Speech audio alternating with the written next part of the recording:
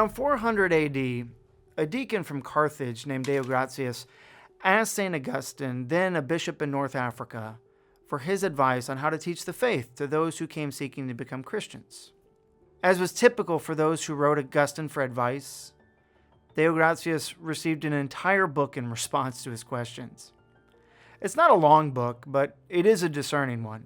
It's called De Catechizandis Rudibus, or in English, Concerning the Instruction of the Unlearned. It remains to this day a classic text on the subject of teaching. All the advice Augustine gives on teaching rests on one bedrock precept.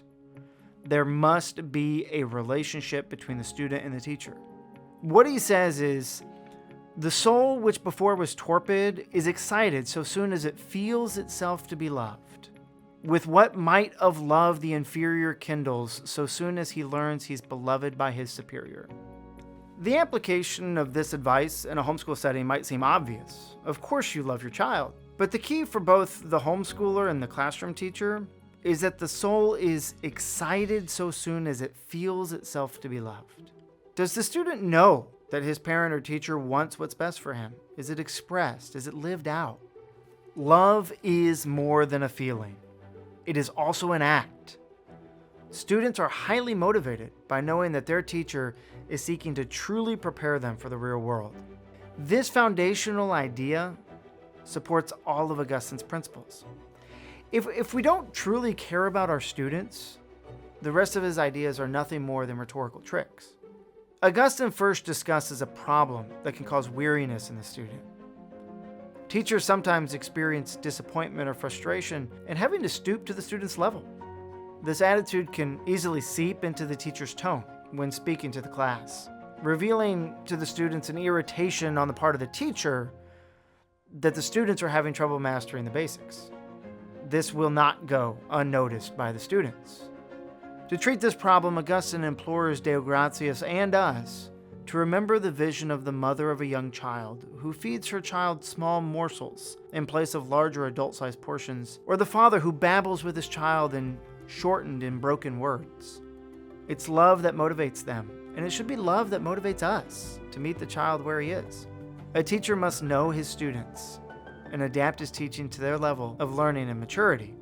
From a practical perspective, we can apply this encouragement by fully embracing the level of our students' abilities, and by doing small acts, such as taking the time to know about their lives, giving graded or ungraded assessments to make sure our teaching's clear and thoroughly understood, and gearing our teaching toward different ways of learning, whether that be auditory, visual, or tactile. We can also make sure we're giving them age-appropriate texts and not pushing and rushing them to the heights of learning before they're ready. A second problem that Augustine addresses is the boredom that can come upon the teacher from constantly teaching the same things over and over again. The first few years of teaching, they're intriguing, they're challenging, but by year 4, 7, or 15 of teaching the same subject or same level, a natural apathy starts to occur. In his own eloquent style, Augustine says, "We often feel it's very wearisome to go over repeatedly matters which are thoroughly familiar and adapted to children." But he offers this solution: find joy in making the old things new again.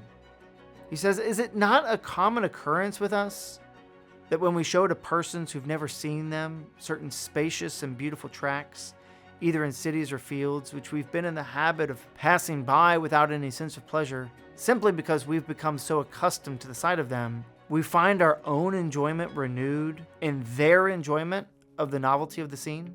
By contemplating the response of our students to learning new things, we can be renewed. When a student's eyes grow large and he exclaims with wonder at finally understanding a challenging concept, we should ourselves be moved by his wondrous joy.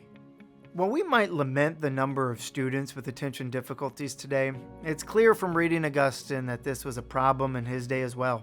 He speaks of the listener who initially is excited to learn and then, in Augustine's words, gapes and yawns and even unwillingly exhibits a disposition to depart. So his answer is this: the teacher must refocus the attention of the distracted student. He gives 2 ways this might be done.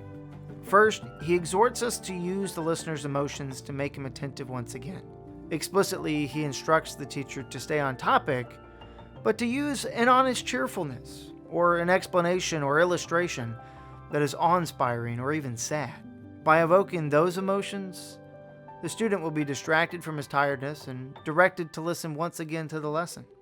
In upper-level classrooms, I like to also play the devil's advocate. I take a position that's shocking to the students in order to force them to defend their position, and it always gets their attention. As a second method, Augustine amusingly says students should be offered a seat. In his day, many lectures were listened to while standing. But in that same vein, and according to that same principle, we shouldn't hesitate to ask our students to stand up and stretch to help reinvigorate them. St. Augustine has many more ideas for teaching in De Catechizandis Rudibus that ought to be examined, since students really haven't changed throughout the centuries. The struggles Deo Gratias and Augustine both shared, we share too. And rather than attempting to come up with new ideas, let's go drink at the well of the old.